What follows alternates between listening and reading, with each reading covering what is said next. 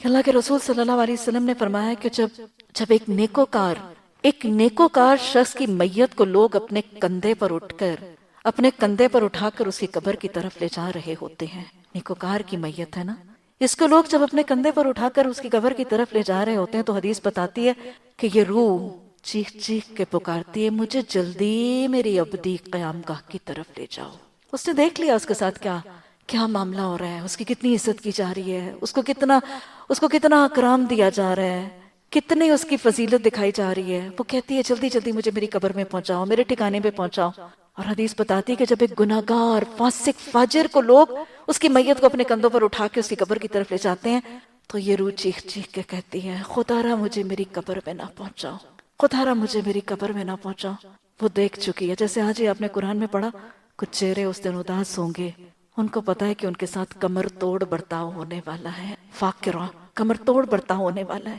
اور آپ صلی اللہ علیہ وسلم نے فرمایا کہ یہ آواز جو دو صاحب اختیار مخلوقات ہے نا، جن کے لیے غیب رکھا گیا ہے، یہ آواز جن و انس کے علاوہ باقی تمام دنیا کی مخلوق سنتی ہے۔ موت ایک اٹل حقیقت، ایک ایسی حتمی یقینی اٹل حقیقت کہ اس حقیقت کو اللہ سبحانہ تعالیٰ نے ہر ذی روح کے حوالے سے کتاب التقدیر میں اپنے غیب کے علم کی بنیاد پر درج کر کے لکھوا رکھا ہے۔ یہ وہ اٹل حقیقت جس کا مزہ ہر ذی روح کو چکھنا ہے۔ کل نفس ذائقۃ الموت، ہر نفس، ہر جان جو زندگی دے کر اس دنیا میں بھیجا گیا، خلق الموت والحیات لیبلوکم ایکم احسن عملا کے لیے اس دنیا میں جو بھیجا گیا، کل نفس ذائقۃ الموت، ہر نفس کو موت کا مزہ چکھنا ہے۔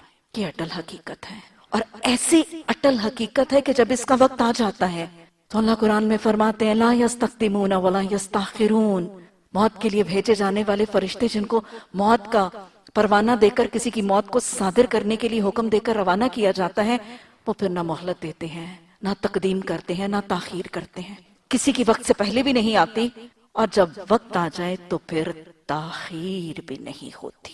فرشتے اللہ سبحانہ تعالیٰ کی وہ مخلوق یفعلون ما یؤمرون، وہ کر ڈالتے ہیں جو وہ حکم دیے جاتے ہیں۔ تو جب اللہ سبحانہ تعالیٰ کے حکم سے ملک الموت اور اس کے ساتھ وہ موت کے فرشتوں کے پرے کو حکم دے دیا جاتا ہے جان کنی کا، تو وہ اللہ کے حکم کے آگے سر تسلیم خم کرتے ہیں، اور جس وقت، جس گھڑی، جس لمحے کا حکم دیا جاتا ہے اسی وقت وہ ملک الموت روح کو قبض کرتا ہے، نہ تقدیم نہ تاخیر۔ اللہ نے قرآن میں فرمایا وَإِذْ جَاءَتْ أَحَدَكُمُ الْمَوْتُ تَوَفَّتْهُ رُسُلُنَا وَهُمْ لَا يُفَرِّطُونَ، کہ جب کسی کی موت کا وقت آ جاتا ہے، جب کسی کی موت کا وقت آ جاتا ہے تو اس کو اللہ کے بھیجے ہوئے اس کو فوت کرتے ہیں، اور وہ پھر کمی نہیں کرتے۔ یہ فرشتوں کا کمی نہ کرنا، تقدیم اور تاخیر نہ کرنا، یہ ہم اپنی آنکھوں سے دیکھ چکے ہیں، اپنی کانوں سے سن چکے ہیں۔ موت کا وقت آتا ہے، موت کا اٹل وقت جب آ جاتا ہے تو پھر ملک الموت بڑے سے بڑے حاکم ہو، کوئی بڑے سے بڑا عالم ہو، کوئی بڑے سے بڑا عابد ہو، کوئی مفتی ہو، کوئی فقیہ ہو، کوئی مالدار سے مالدار شخص ہو، کوئی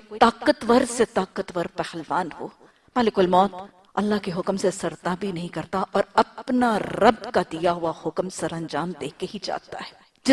جس فیصلے کو پورا کرنے کے لیے اس کو بھیجا جاتا ہے، اس کام کو پورا کیے بغیر کبھی ملک الموت لوٹا نہیں، پلٹا نہیں، نہ پلٹایا گیا ہے۔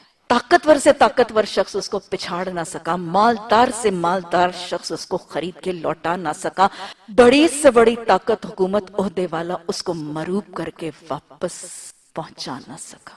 یہ حقیقت ہے۔ آپ نے کتنی دفعہ دیکھا ہوگا کہ اس موت کے وقت کو ٹالنے کے لیے مال پانی کی طرح بہا دیا جاتا ہے، نوٹوں کی بوریوں کے منہ کھول دیے جاتے ہیں، بڑے سے بڑے اطباء کو ان کو منہ مانگی فیسیں دے کے بلایا جاتا ہے، خریدنے کی کوشش کی جاتی ہے، لیکن نہیں، بڑے سے بڑے طبیب آ جائیں، بہترین سے بہترین لیٹسٹ مشینری، وینٹیلیٹرز، بہترین سے بہترین کارڈیک یونٹس، بہترین سے بہترین سرجریز، بہترین سے بہترین ریسسیٹیشن ٹیکنیکس، لیکن نہیں، مال بہا دیا جائے کوئی فرق نہیں پڑتا۔ اس وقت کتنی دفعہ دیکھا ہوگا اولادیں روتی رہ جاتی ہیں، اولادیں سسکتی رہ جاتی ہیں، والدین کی عمر کی زندگی کی درازگی کی دعائیں کرتی رہ جاتی ہیں لیکن ان کے ہاتھوں میں سے ان کے والدین نکل کے اڑ جاتے ہیں. ایک بہت بڑے کنسلٹنٹ یہاں پہ بہت ماہر گیسٹرنٹرولوجسٹ ہیں اور کتنے ایک مہینے کی اپوائنٹمنٹ ملتی ہے. اس دن میں ان کا جملہ سن رہی تھی کہ وہ کہتے ہیں کہ ان کو ایسے حسرت آتی ہے اور ایسے وہ دکھ سے پھوٹ پھوٹ کے رونے لگتے ہیں. کہتے ہیں کہ میں جگر اور معدے کے امراض کا ماہر اور میرا باپ جگر اور معدے کی مرض میں مبتلا اور ایسے میرے ہاتھوں سے اڑ کے نکل گئے. کہتے کہ میں کچھ کر بھی نہیں سکا اور مجھے 5 منٹ کی مہلت نہیں ملی اور میرے باپ کو وہی بیماری تھی جس کا میں ماہر تھا اور میرا باپ میرے ہاتھ سے نکل کے چلا گیا. بڑے سے بڑا طبیب آ جائے, زیادہ سے بہترین لائف سیونگ ڈرگز, اسٹیرائڈز, ریساسیٹیشنز, ہر سے مشینری, لیکن کچھ فائدہ نہیں دیتی. اولادیں دعائیں مانتی ہیں. کئی دفعہ جوان بچے ماں باپ سسکتے رہ جاتے ہیں, ماں باپ تڑپتے رہ جاتے ہیں, لیکن جوان اولاد کو وہ ملک الموت ماں باپ کی آنکھوں کے سامنے لے جاتا ہے. کوئی نہیں پچھاڑ سکا اس ملک الموت کو. اور انسان کتنا تکبر کرتا ہے, کتنا گھمنڈ کرتا ہے. اللہ نے فرمایا وَلَا تَمْشِ فِي الْأَرْضِ مَرْحًا, زمین میں اکڑ کے نہ چل. نہ تو آسمان کی بلندی کو پہنچ سکتا ہے اور نہ تو پہاڑوں کو پھاڑ سکتا ہے. لیکن انسان کا اتنا تکبر, اتنا گھمنڈ, اتنی بڑی میں, اور اتنا گھمنڈ اور اتنا تکبر مار کس چیز کی ہے؟ کاش مجھے اور آپ کو یہ جملہ ذہن نشین ہو جائے کہ انسان کی زندگی کی حقیقت ملک الموت کی ایک ملاقات ہے. بڑے سے بڑا حکمران, کوئی حاکم ہے, کوئی محکوم ہے, کوئی آقا ہے, کوئی غلام ہے, کوئی فقیر ہے, کوئی مالدار ہے, کوئی جوان ہے, کوئی بچہ ہے, کوئی عورت ہے, کوئی مرد ہے, کوئی مسلمان ہے, کوئی مشرک ہے, کوئی کافر ہے, کوئی بت پرست ہے, کوئی سجدہ ریز ہونے والا تہجد گزار ہے, کوئی بے نمازی ہے, جو بھی ہے, ملک الموت کی ایک ملاقات کی مار ہے. ایک ملاقات اس ملک الموت سے آنکھوں میں آنکھیں ڈال کر ملاقات کرنے کے بعد کوئی بچا نہیں. کوئی پہلوان اس کو کشتی میں پچھاڑ نہیں سکا, کوئی اس کو مروب نہیں کر سکا. بس ایک ملک الموت کی ملاقات کی مار. اور انسان وہ جو آسمان کی بلندیوں تک چڑھنے کے عزم رکھتا تھا, وہ ایسے پچھڑا پڑا ہوتا ہے کل فراش المبسوس, ایسے پچھڑا پڑا ہوتا ہے بے حرکت کم و کاست, خالی ہاتھ, عمل کا سلسلہ منقطع, کچھ نہیں کر رہا ہوتا, بے سدھ, نہ بول سکتا ہے, نہ ہل سکتا ہے, نہ جھل سکتا ہے, نہ سن سکتا ہے, کچھ بھی نہیں. پڑا ہے بے کم و کاست, بے سدھ اپنے گھر میں پڑا ہوتا ہے. وہ گھر جو اس نے کتنے ارمانوں سے بنایا, وہ گھر جو کس نے کتنے ارمانوں سے بھرا تھا, کتنی محبتوں سے سجایا تھا, اس کو دکھانے کی شوق اور آرزو لے کے رخصت ہو جاتا ہے. بھرے کا بھرا گھر اس کے گرد ہوتا ہے اور وہ اپنی چارپائی پہ بے سدھ پڑا یا پڑی ہوتی. اس کا سب سامان زیست, متاع الحیات الدنیا الا غرور, وہ دھوکے کی ٹٹی نظر آتا ہے. اس کے وہ کیوریوز, اس کی وہ کراکریز, اس کی وہ کٹلریز, اس کے وہ ڈرائنگ روم کے ڈیکوریشن پیسز, اس کے وہ شینڈلیئرز, وہ سب کچھ وہیں دھرے کا دھرا رہ جاتا ہے. کون لے گیا, کون اڑا گیا, کون کھا گیا, کس نے بانٹ لیا, کچھ پتا نہیں اسے. لے جانے والوں کو نہیں روک سکتا, توڑنے والوں کو نہیں تھام سکتا. جس سیٹ کی ایک پیالی پہ وہ جھگڑتی رہتی تھی, آج کون اڑا کے لے گیا اس کے کوئی قابو میں نہیں. بس اسے ایک چارپائی, ایک کھاٹ کے اوپر وہ بے کم و کاست بے سدھ پڑی ہے. اس کے لباس ایک سے ایک عمدہ لباس, ایک سے ایک ڈیزائنر لباس, قلف لگے ہوئے لباس, لٹکے کے لٹکے ہی رہ جاتے ہیں. ایک سے ایک ڈیزائنر لباس لٹکا رہ جاتا ہے. پہن کے کیا جاتی, پہن کے وہ اس دن قرآن و حدیث کا وضع کردہ کفن ہی جاتی ہے. وہ 5 انسلے کپڑے ہی زیب تن کر کے ہر ایک کو رخصت کیا جاتا ہے, جو نہ ڈیزائنر ہوتا ہے نہ لیبلڈ ہوتا. وہ سادہ سفید انسلا لباس پہن کے رخصت کرتی, وہ سب لٹکا رہ جاتا ہے. ارے سیانی کون ہے, سمجھدار کون ہے؟ اس دنیا سے رخصتی کے آخری دن, اگلی زندگی کے ابتدا کے پہلے دن تو رب پسند پہن ہی لینا ہے, بلکہ پہنا ہی دیا جانا ہے.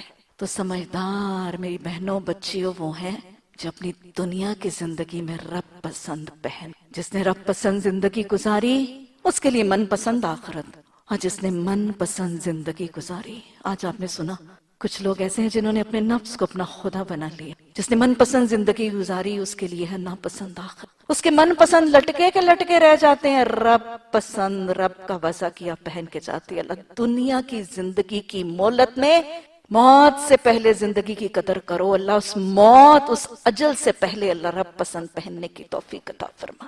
اس کے زیورات, اس کے ہیرے, اس کے جواہرات, اس کے موتی, اس کے مونگے, اس کی درازوں میں, اس کی ڈرارز میں, اس کی کیبنٹس میں, اس کی تجوریوں میں پڑے کے پڑے رہ جاتے ہیں. کبھی کوئی پہن کے گئی, خالی ہاتھ رخصت ہو جاتی. وہ جس کا اتنا بڑا وہ 4 پوسٹر بیڈ تھا, کاروڈ بیڈز تھے, ملٹیپل بیڈ سپریڈز تھے، اتنے زیادہ لیننز اور اتنی زیادہ وہ سب ٹیپسٹریز اور اپہولسٹریز. اب کیا نصیب ہوتا ہے؟ وہ بیڈ تو وہیں کا وہیں پڑا رہ جاتا ہے، وہ بیڈ سپریڈز تو وہیں کے وہیں دبے رہ جاتے ہیں.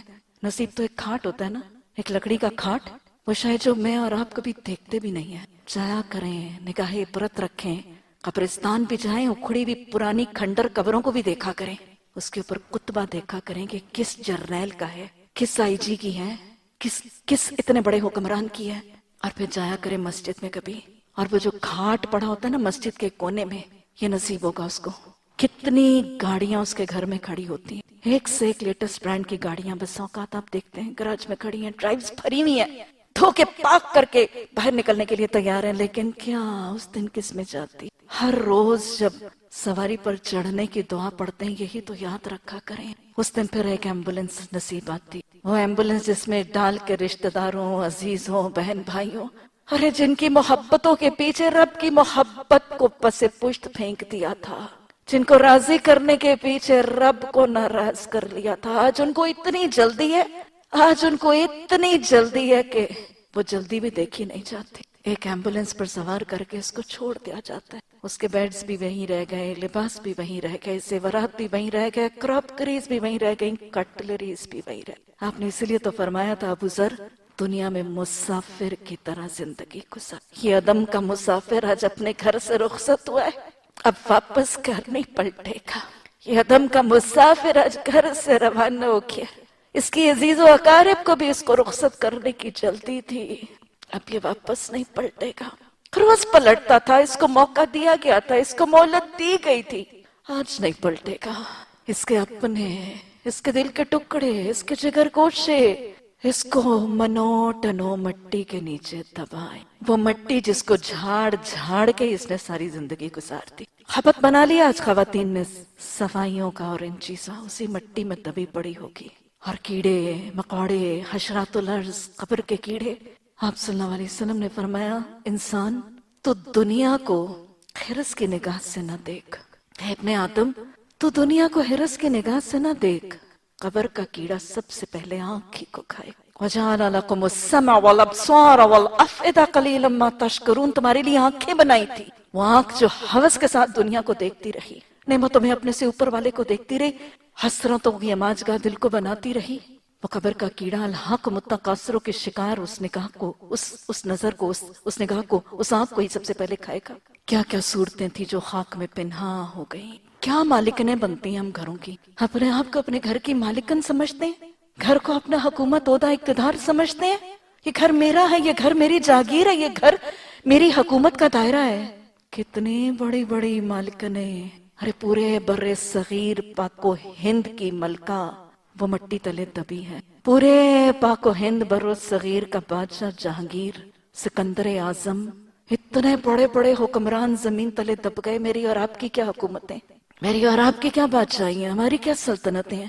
اللہ اس موت کی حقیقت کی پہچان عطا فرما. اللہ موت کی حقیقت کی یاد عطا فرما دے. آپ صلی اللہ علیہ وسلم نے موت کے لیے فرمایا، آپ کی تاکید ہے، اکثر ذکرا حازم اللذات. حضرت ابو ہریرہ رضی اللہ تعالیٰ عنہ کی روایت سے ابن ماجہ کی صحیح حدیث میں آپ نے فرمایا، لذتوں کو مٹانے والی چیز موت کو کثرت سے یاد کرو. یہ سفر عدم کا پہلا مرحلہ ہے، اس کو کثرت سے یاد کرو.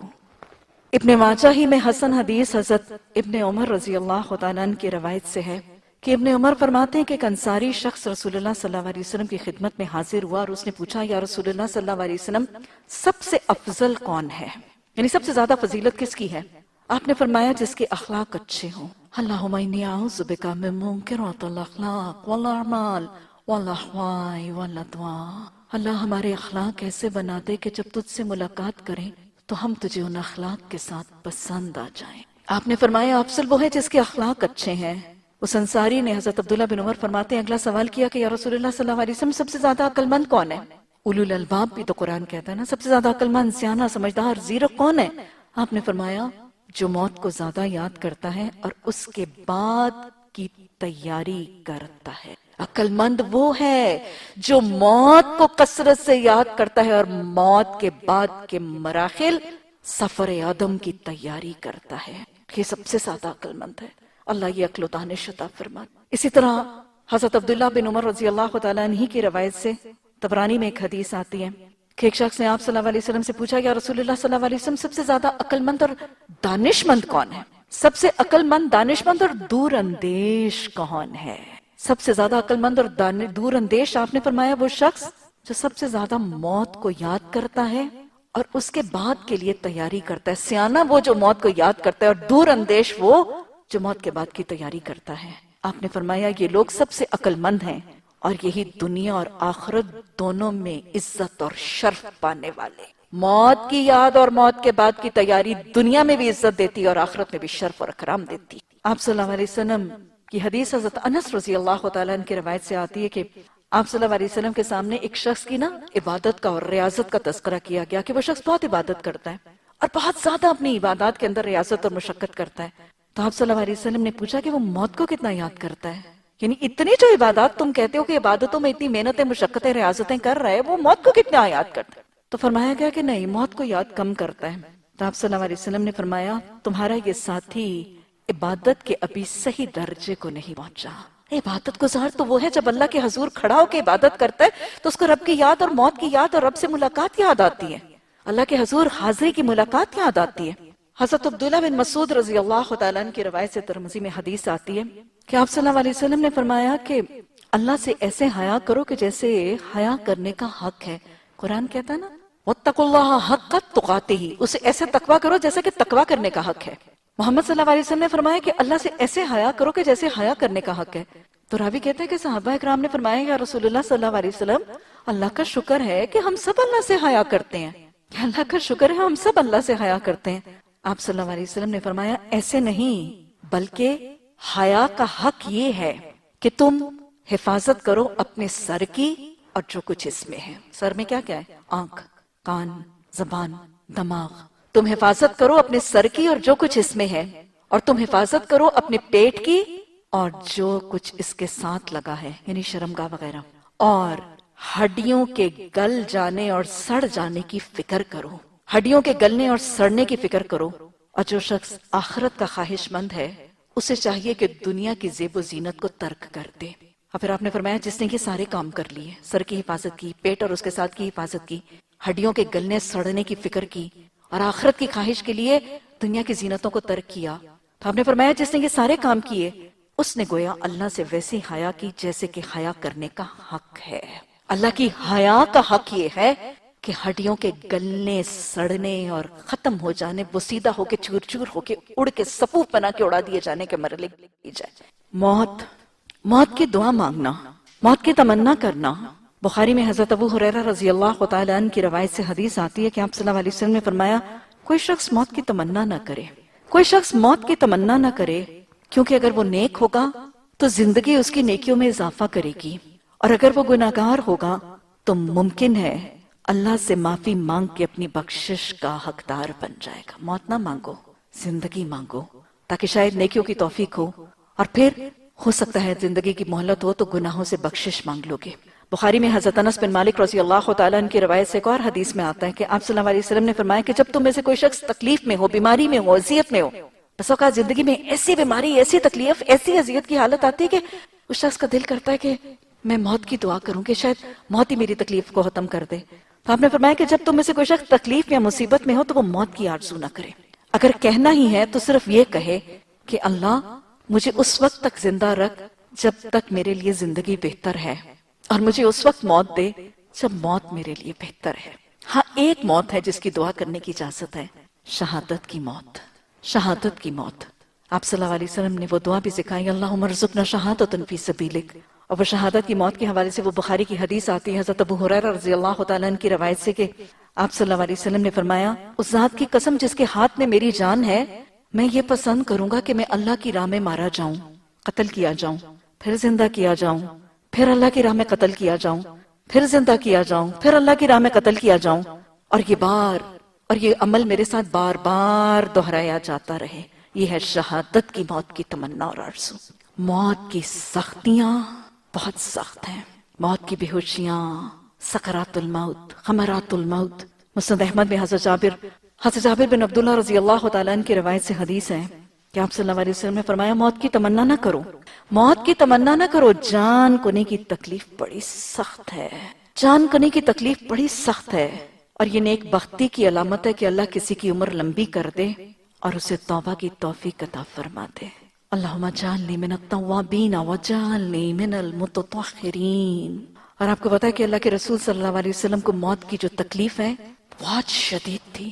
حضرت انس بن مالک رضی اللہ تعالیٰ عنہ کی روایت سے ابن ماجہ میں وہ حدیث آتی ہے نا کہ جب آپ کو وہ موت کی تکلیف اور وہ حالت نزع کی تکلیف شروع ہوئی تو حضرت فاطمہ رضی اللہ تعالیٰ عنہ وہ رونے لگی، آنکھوں سے آنسو جاری ہو گئے اور فرماتی ہیں ہائے میرے باپ کی تکلیف، ہائے میرے باپ کی تکلیف۔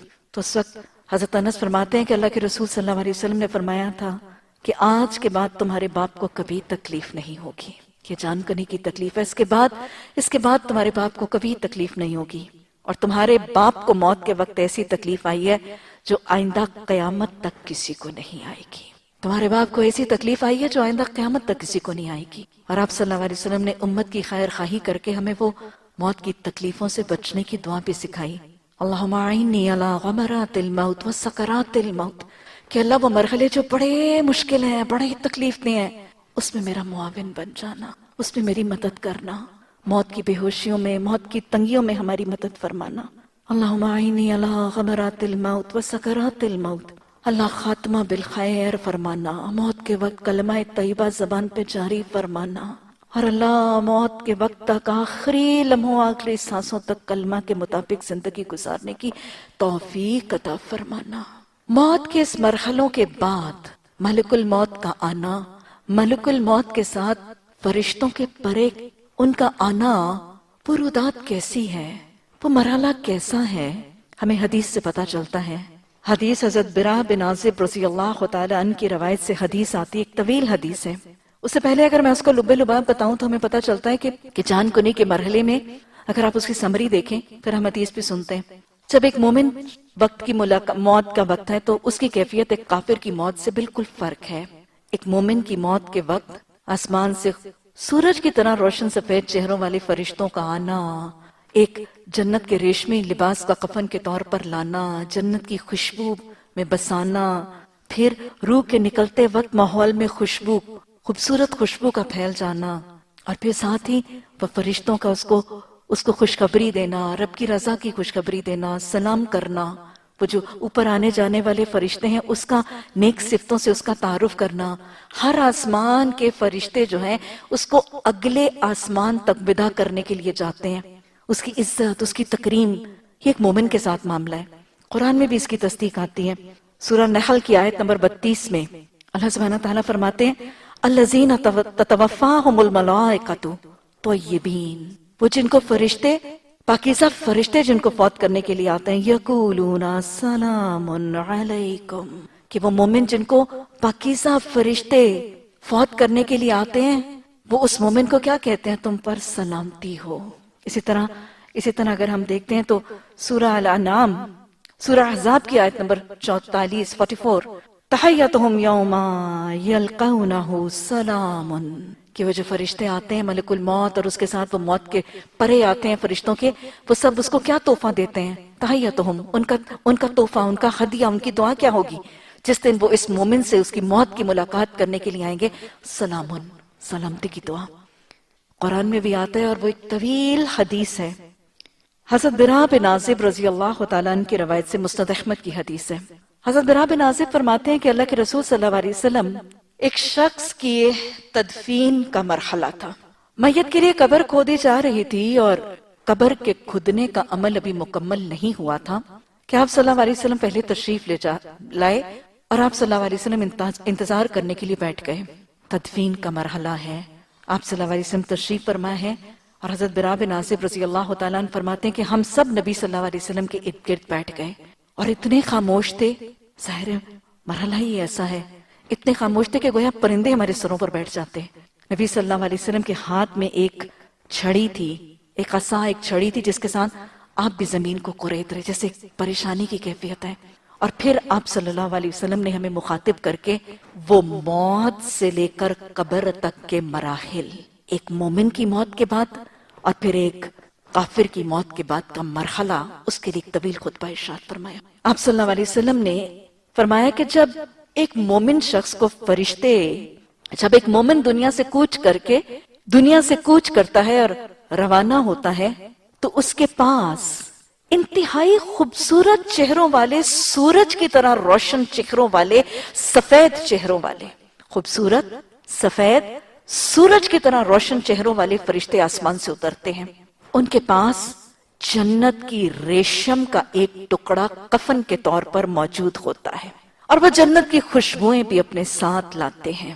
یہ فرشتے اس حالت نظام میں مبتلا شخص سے حد نگاہ کے فاصلے پر بیٹھ جاتے ہیں، حد نگاہ کے فاصلے پر، یعنی دور اس سے، یہ جو فرشتوں کا ایک بڑا ایک گروپ آتا ہے نا، یہ حد نگاہ کے فاصلے پر یہ فرشتے بیٹھ جاتے ہیں۔ اور پھر حضرت عزرائیل ملک الموت خود اس شخص کے پاس، اس مومن کے پاس تشریف لاتے ہیں، مومن کے سرہانے آ کر بیٹھ کے اس کی روح کو مخاطب ہو کر فرماتے ہیں، نکل اپنی رب کی رضا اور خوشنودی کے لیے۔ یعنی اس کو کس کی خوشخبری دی جاتی ہے؟ رب کی رضا اور خوشنودی کی خبر دی جاتی ہے۔ اور پھر حدیث بتاتی ہے کہ جب ملک الموت اس روح کو مخاطب ہو کے رب کی رضا اور خوشنودی کی خبر دیتے ہیں تو وہ روح اس کے جسم سے کیسے نکلتی ہے؟ جیسے مشک سے پانی بہہ جاتا ہے۔ مختلف حدیث میں مختلف تشبیہات موجود ہیں۔ ایک روایت میں آپ نے فرمایا جیسے مشک کے منہ سے پانی بہہ جاتا ہے، مشک ہوتی اس کے منہ سے پانی بہہ جاتا ہے۔ کچھ روایات میں آتا ہے کہ جیسے خوشبو کی بوتل کا ڈھکن کھولنے پر اس سے خوشبو اڑ کے نکل جاتی ہے، اتنی آسانی سے اس کی روح نکلتی ہے۔ یہ روح پھسل کر پہلے ملک الموت کے ہاتھ میں آتی ہے، کچھ ہی لمحوں کے بعد وہ باقی فرشتے اس روح کو تھام لیتے ہیں، اور وہ جنت کی ریشم کا وہ ٹکڑا جو وہ اپنے ساتھ، جنت کی خوشبوؤں میں بسا ہوا ٹکڑا جو وہ اپنے ساتھ لائے تھے، اس کفن میں اس کو لپیٹ لیتے ہیں۔ اور پھر حدیث بتاتی ہے کہ اس روح کے جسم سے نکلنے کے بعد روئے زمین پر ایسی بہترین خوشبو آتی ہے کہ سارا ماحول معطر ہو جاتا ہے، اور پھر فرشتے اس جنت کے ریشمی کفن اور جنت کی خوشبو میں رچے بسے کفن میں لپیٹ کر اس روح کو آسمان کی طرف لے جاتے ہیں۔ روح جس آسمان کے دروازے پر پہنچتی جاتی ہے، اس کا استقبال دروازے کے کھولنے سے کیا جاتا ہے۔ اور اس حدیث میں ہمیں یہ بھی پتا چل رہا ہے کہ جب اس روح کو فرشتے لے کے آسمان کی طرف جاتے ہیں تو ہر آنے جانے والا فرشتہ اس روح کے بارے میں سوال کرتا ہے۔ روح کو لے جانے والے فرشتے اس کے بارے میں تعارف کرواتے ہیں کہ یہ فلاں ابن فلاں صفات اور فلاں پاکیزہ عمل کرنے والا ہے، یعنی اس کی اچھی صفات، اس کے نیک عمل کے ساتھ اس کا تعارف، یہ فلاں کا بیٹا ہے۔ مثلا آپ سوچیں، یہ قرآن پڑھانے والی تھی، یہ دین کی دعوت دینے والی تھی، یہ بخاری کی تعلیم دینے والی تھی، یہ حدیث پر عمل کرنے والی تھی، یہ باحجاب تھی، یہ نمازی تھی، یہ تہجد گزار تھی، یہ فرض روزوں سے بڑھ کے مسنون روزے رکھنے والی تھی۔ اس کی اچھی صفات کے ساتھ، میں آپ کو کچھ مثالیں دے رہی ہوں، صرف اس کی اچھی صفات کے ساتھ اس کا تعارف کروایا جاتا ہے، ہر آسمان کا دروازہ کھول دیا جاتا ہے۔ اور حدیث ہمیں بتا رہی ہے کہ ہر آسمان پر استقبال کرنے والے فرشتے اس کا تعارف سن کر اگلے آسمان تک اس روح کے ساتھ جاتے ہیں، اور پھر اگلے آسمان کے فرشتوں کے حوالے کر کے اس کو سلامتی کی دعا کے ساتھ الوداع کرتے ہیں۔ یہ ہے وہ سلامتی کی دعائیں جو اس کو ملتی ہیں۔ اور پھر جب وہ آخری آسمان پر روح پہنچ جاتی ہے تو حدیث میں آتا ہے کہ فرشتے جب آسمان پر لے کر 7ویں آسمان پر لے کر روح کو پہنچتے ہیں تو اللہ کی طرف سے حکم ہوتا ہے کہ میرے بندے کا نام علیین میں لکھ دو، میرے بندے کا نام علیین، نیکوکاروں کا جو دفتر ہے، یہاں پہ لکھ دو۔ اور اس حدیث میں آ رہا ہے کہ اللہ سبحانہ تعالیٰ کا حکم آتا ہے کہ اس کی روح کو واپس اس کے جسم میں لوٹا دو، اس کا نام علیین میں لکھ دو اور اس کو واپس اس کے جسم میں لوٹا دو۔ اسی سے ملتی جلتی حدیث یہی روداد حضرت ابو ہریرہ رضی اللہ تعالیٰ عنہ کی روایت سے مسند احمد میں بھی آتی ہے۔ الفاظ یہی ہیں، بس صرف بیچ میں ایک حصے کا اضافہ ہے کہ جب اس روح کو 7ویں آسمان میں علیین میں لے جایا جاتا ہے تو وہ روح اپنے پچھلے اہل ایمان کی ارواح سے ملاقات کرتی، جو اس کے عزیز و اقارب جو اہل ایمان تھے جن کی روحیں پہلے علیین میں ہیں، تو یہ روح ان سے ملاقات کرتی ہے، جو اس کو مل کر انتہائی خوشی کا اظہار کرتے ہیں، جو اس کو مل کر انتہائی خوشی کا اظہار کرتے ہیں۔ اللہ ہمیں ان علیین میں اور جنت کے بالا خانوں میں اپنے اگلے پچھلوں کے ساتھ ان خوشی کی ملاقاتوں میں جمع فرما دینا۔ اللہ جن سے آج بچھڑ کر ہم اداس ہیں، ہم غمزدہ ہیں، اللہ جنت میں یہ جدائیاں دور فرما دینا۔ اللہ جس دنیا سے رخصت ہونے پہ ہمارے دل ہی نہیں کرتا، اس دنیا میں دل لگا کے بیٹھے ہیں، اللہ اس دنیا سے رخصت ہو تو اس جنت میں اگلوں پچھلوں کے ساتھ جمع فرما دینا۔ اب جب روح وہاں پہنچتی ہے تو پہلے اس سے ملتے ہیں، اور پھر وہ جو سے پہلے رخصت ہونے والے ہیں ان کے بارے میں روح پچھلوں سے پوچھتی ہے کہ وہ کہاں ہے، اور حدیث بتا رہی ہے کہ جب یہ روح پوچھتی ہے کہ فلاں فلاں کہاں ہے تو وہ پچھلی ارواح اس کو خبر دیتی ہیں کہ وہ آدمی اپنی ماں حاویہ میں لے جایا جا چکا ہے۔ اللہم اجرنا من النار۔ پھر اسی طرح کی یہ حدیث بالکل اسی سے ملتے جلتے الفاظ ابن ماجہ میں بھی حضرت ابو ہریرہ رضی اللہ تعالیٰ عنہ کی روایت سے آتی ہیں۔ اس میں اضافہ یہ ہے کہ اس پاک روح کے لیے فرشتے کیا کہتے ہیں؟ اس پاک روح کے لیے خوش آمد ہے، خوش آمدید ہے، یہ دنیا میں ایک پاک جسم میں بستی تھی، آج اس کے لیے آسمان کے دروازے کھول دیے گئے ہیں، تو خوشی خوشی داخل ہو جائے ان دروازوں میں، تیرے لیے اللہ کی رحمت کی بشارت ہے، جنتوں کی نعمتوں کی بشارت ہے، خوش ہو جا اور راضی ہونے والے رب سے ملاقات کی تجھے مبارک ہے۔ یہ جو نیک روح ہے، فرشتے ان الفاظ کے ساتھ اس کا استقبال کرتے ہیں۔ اس کے برخلاف مرنے والا اگر کافر ہو تو اس حدیث میں اس کا انجام بھی بتایا گیا ہے۔ کافر کی موت اور اس کا انجام اللہ سبحانہ تعالیٰ سورہ انفال کی آیت نمبر 50 میں بتاتے ہیں۔ وَلَوْ تَرَى، اور کاش تم دیکھو۔ سورہ انفال کی آیت نمبر 50 میں اللہ سبحانہ تعالیٰ اسے حسرت کا انداز، وَلَوْ تَرَى، کاش تم دیکھو، اِذْ يَتَوَفَّى الَّذِينَ كَفَرُوا الْمَلَائِكَةَ، کہ جب وہ لوگ جو کافر ہیں نا ان کو فرشتے فوت کرتے ہیں تو وہ کیا کرتے ہیں؟ يَضْرِبُونَ وَجُوهَهُمْ وَأَدْبَارَهُمْ وَذُوقُوا عَذَابَ الْحَرِيقِ، وہ ضربیں لگاتے ہیں ان کے چہروں پر، ان کی پیٹھوں پر، اور کہتے ہیں کہ جلنے کے عذاب کا مزہ چکھو۔ سورہ محمد کی آیت نمبر 27 میں ایک اور جگہ اللہ فرماتے ہیں فَكَيْفَ إِذَا تَوَفَّتْهُمُ الْمَلَائِكَةُ، کیا ہوگا، کیا حال ہوگا، کیا کیفیت ہوگی، کیا نظارہ ہوگا جب فرشتے ان کو فوت کریں گے۔ يَضْرِبُونَ وَجُوهَهُمْ وَأَدْبَارَهُمْ، وہ فرشتے ان کے چہروں اور ان کی پیٹھوں پر ضربیں لگا رہے ہوں گے، مار رہے ہوں گے۔ اسی طرح ایک اور جگہ اللہ سبحانہ تعالیٰ سورہ الانعام کی آیت نمبر 93 میں فرماتے ہیں وَلَوْ تَرَى، ایسے جیسے یہ جو وَلَوْ تَرَى ایسے جیسے اللہ کی طرف سے حسرت ہے، کاش تم دیکھ لو۔ اللہ تو بار بار یہ نظارہ دکھاتا ہے، قرآن کی آیات میں یہ نظارہ دکھاتے ہیں۔ سورہ انعام کی آیت نمبر 93، وَلَوْ تَرَى، کاش تم یہ نظارہ دیکھو، اِذِ الظَّالِمُونَ فِي غَمَرَاتِ الْمَوْتِ، جب ظالم موت کی بے ہوشیوں میں ہوں گے۔ وَإِذِ الظَّالِمُونَ فِي غَمَرَاتِ الْمَوْتِ، یہ ظالم موت کی بے ہوشیوں میں ہوں گے۔ وَالْمَلَائِكَةُ، اور فرشتے آئیں گے، وہ کیا کہیں گے؟ بَاسِطُوا أَيْدِيَهُمْ، وہ اپنے ہاتھ پھیلائیں گے۔ اخرجوا انفسکم اليوم، نکالو آج اپنی جان، نکالو اپنی روح کو۔ اليوم تجزون عذاب الحون بما کنتم تقولون علی اللہ غیر الحق وکنتم عن آیاتہ تستکبرون۔ ایسے اللہ کہہ رہے ہیں کہ آج تم یہ نظارہ دیکھ ہی لو، یہ نظارہ تم اپنی آنکھوں میں بسائی لو کہ جب اللہ کے وہ فرشتے آئیں گے، وہ لوگ جنہوں نے گناہ کا ظلم اپنی جانوں پر کیا تھا، اللہ کی نافرمانی کا ظلم اور گناہ کے بوجھ اپنے عمال نامے میں پلڑے میں داخل کرتے رہتے، وہ فرشتے آئیں گے، وہ اپنے ہاتھ پھیلائیں گے، لاؤ نکالو اپنی جانیں، نکالو روح کو۔ اور پھر اللہ سبحانہ تعالیٰ فرماتے ہیں اسی وقت وہ فرشتے کہہ دیں گے آج تمہیں ذلت کا عذاب دیا جائے گا، آج تمہیں ذلت اور رسوائی کا عذاب دیا جائے گا۔ کیوں دیا جائے گا؟ کیونکہ تم اللہ کے اوپر غیر حق باتیں کہتے تھے، جو حق نہیں تھا نا۔ کہاں لکھا ہے قرآن میں سود؟ کہاں لکھا ہے اللہ نے قرآن میں پردہ؟ کہاں لکھا ہے سر کو ڈھانپنا؟ کہاں لکھا ہے شراب میں حرمت؟ کہاں ہے دین میں موسیقی کی حرمت؟ تم اللہ پر غیر حق کہتے تھے اور تم اللہ کی آیات کے مقابلے میں تکبر کرتے تھے، تم اپنے رویے کو، اپنی برادری کے رویے کو، اپنے معاشرے کے رسومات کو نعوذ باللہ ثم نعوذ باللہ من ذالک تم اس سے بہتر سمجھتے تھے، تم اللہ کی آیات کے مقابلے میں تکبر کرتے تھے۔ وہی حضرت براء بن عازب رضی اللہ تعالیٰ عنہ کی روایت سے حدیث جو ہم نے پہلے دیکھی، مسند احمد کی حدیث میں آپ نے ایک مومن کے موت کا وقت بھی دکھایا اور آپ نے کافر فاسق فاجر کی موت کا وقت بھی دکھایا۔ رسول اللہ صلی اللہ علیہ وسلم فرماتے ہیں کہ جب کسی کافر کی موت کا وقت ہوتا ہے، کسی فاسق فاجر، یہ جو پیچھے ہم نے دیکھا اللہ کی آیات کا مذاق اڑانے والے، اللہ پر غیر حق کہنے والے، ان کی موت کا وقت ہوتا ہے تو انجام کیا ہے؟ آپ صلی اللہ علیہ وسلم نے فرمایا آسمان سے انتہائی ڈرانے سیاہ چہروں والے فرشتے اترتے ہیں۔ جن کی ہیبت اور نظارہ ہی لرزا دیتا ہے نا. انتہائی ڈراؤنی اور ہیبت ناک لمبے لمبے دانتوں والے فرشتے اترتے ہیں. ان کے پاس ایک گندا بدبودار ٹانٹ ہوتا ہے.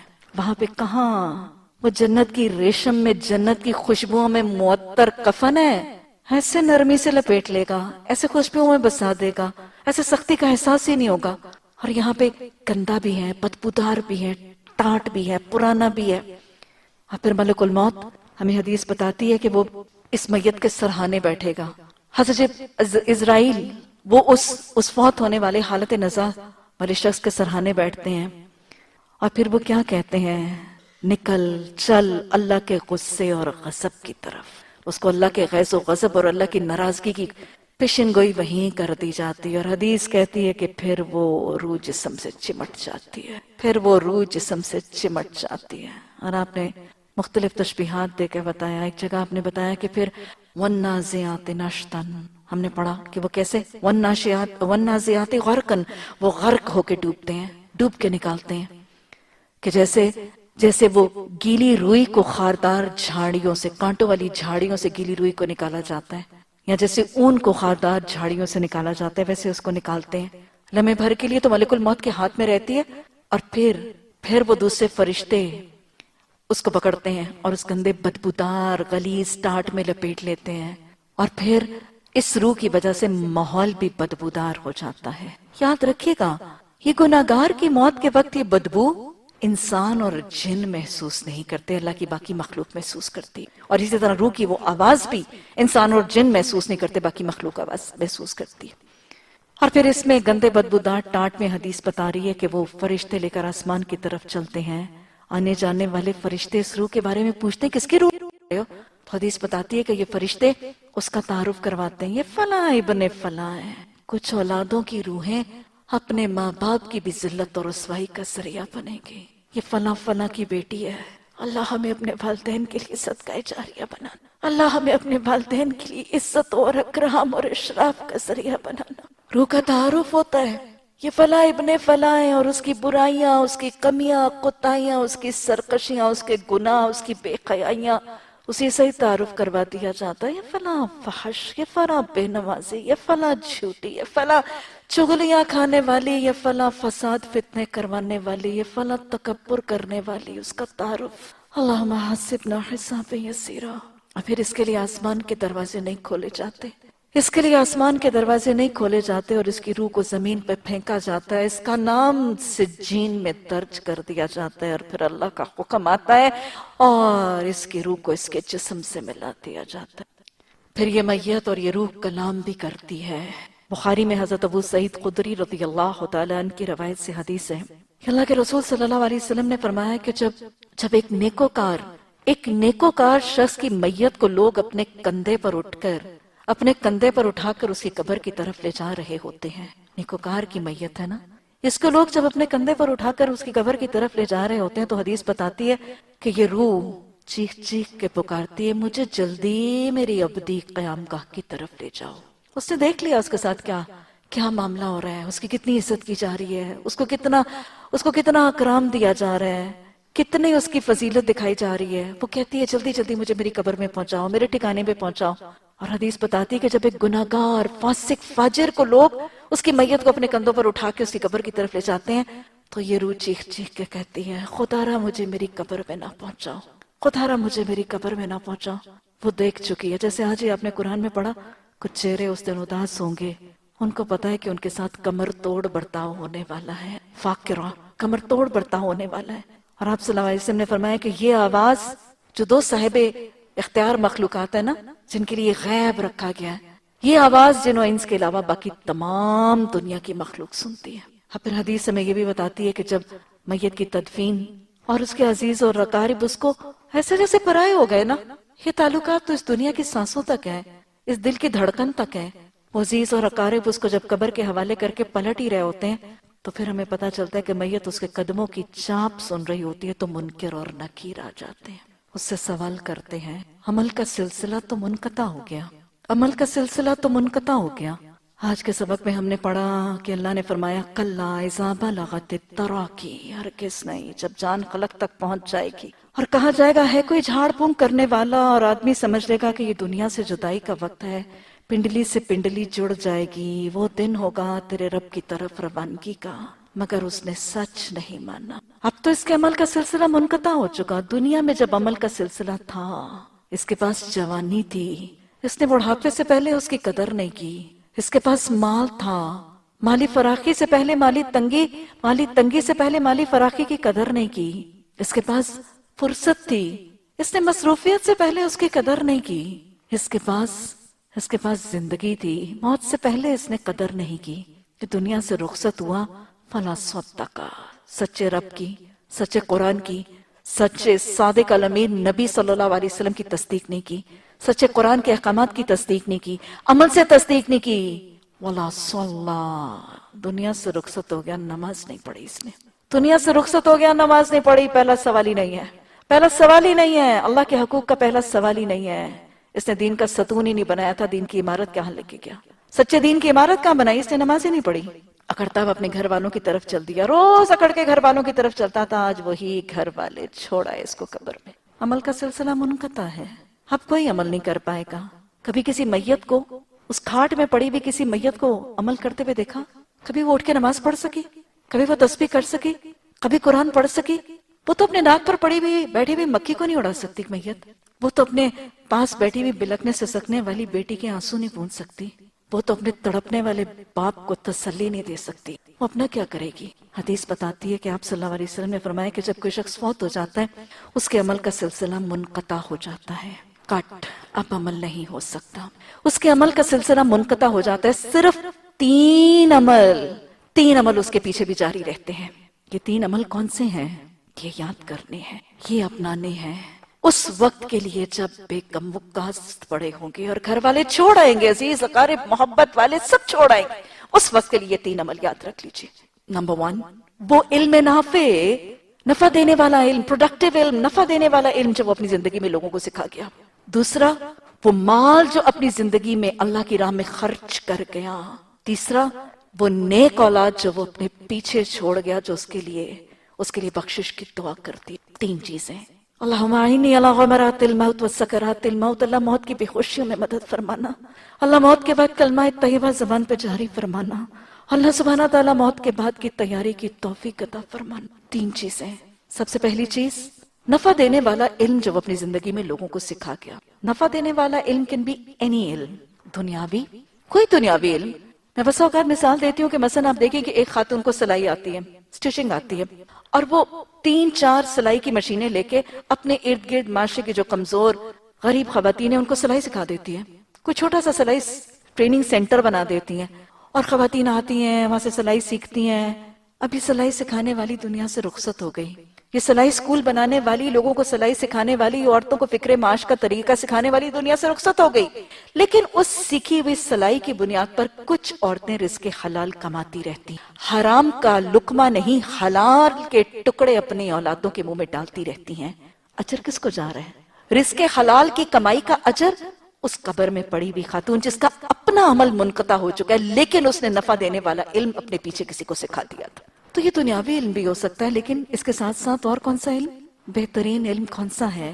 بہترین علم والے کون سے ہیں؟ خیرکم من تعلم القرآن وعلمہ، الرحمن علم القرآن، رحمان کا سب سے بڑا رحم کہ اس نے قرآن سکھایا، قرآن بہترین علم ہے۔ تو لہٰذا وہ قرآن کی تعلیم، تبلیغ، اشاعت، نفاذ میں جو وہ حصہ اپنی زندگی میں ڈال گیا، ڈائریکٹلی خود سکھا گیا یا سکھانے والوں کی مدد اور معاونت، کوئی لٹریچر، کوئی قرآن، کوئی پرنٹنگ، کوئی قرآن کے مدرسے، کوئی مدارس، کوئی ادارے، کوئی ایسی تنظیموں کے اندر کسی شکل میں اپنا مال لگا گیا جو قرآن کی تبلیغ، تعلیم اور اشاعت میں حصہ چلتا رہا، تو یہ بہترین علم لوگوں کو سکھانے والا، جس کی 2 آیات کو پڑھنا 100 نوافل سے بہتر ہے، جس کے ایک باب کو پڑھنا 1000 نوافل سے بہتر ہے، ایسا علم اگر اپنے پیچھے لوگوں کو سکھا گیا، بھٹکے ہوں کو رستہ دکھا گیا، صراط مستقیم پر لوگوں کو واپس لے آیا، اللہ کی مخلوق کو خالق یاد کرا گیا، اللہ کے رب پسند طریقے سکھانے کے، گزارنے کے طریقے سکھا گیا،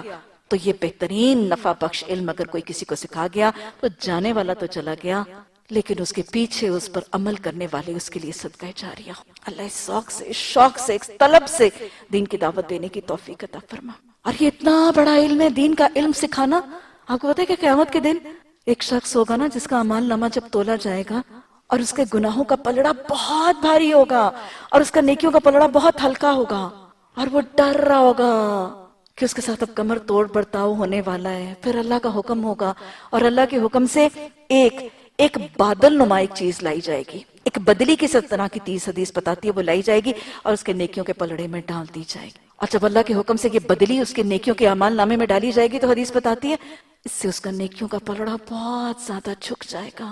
وہ پوچھے گا کہ اللہ، یہ میرا کون سا عمل تھا، یہ میرا کون سا اچھا عمل تھا جس کی وجہ سے میرا نیکیوں کا اعمال نامہ اتنا جھک گیا؟ اللہ سبحانہ تعالیٰ اس دین کے دائی، اس مبلغ حق سے پوچھے، سے مخاطب ہو کر فرمائیں گے یہ تیرا وہ دین کا علم تھا جو تو لوگوں کو سکھاتا تھا، یہ تیرا وہ دین کا علم تھا جو تو لوگوں کو سکھاتا تھا۔ اللہ ہمیں اپنے استادوں کے لیے، ہمارے شاگردوں کو ہمارے لیے صدقہ جاریہ بنا۔ ہم سب اس لمحہ فکر پہ سوچیں کہ ہم نے اپنی زندگی میں علم کے کتنے پودے لگائے ہیں، نفع بخش علم لوگوں تک پہنچانے کا کیا اہتمام کیا، قرآن کی تعلیم، تبلیغ، ارشاد، اس میں نے کیا حصہ ڈالا ہے کہ میرے جانے کے بعد میرے لیے صدقہ جاریہ اور عمل کا ایک لامتناہی سلسلہ بن جائے۔ دوسری چیز، اللہ کی راہ میں خرچ کیا ہوا مال۔ اسی لیے تو آپ نے قرآن میں بھی، حدیث میں بھی، یا ایھا الذین آمنوا انفقوا من قبل ان یاتیکم یوم لا بیع ولا خلۃ ولا شفاعۃ والکافرون هم الظالمون۔ اس دن سے پہلے خرچ کرو جب نہ کوئی دوستی، نہ کوئی سفارش، نہ کوئی سودا آئے گا۔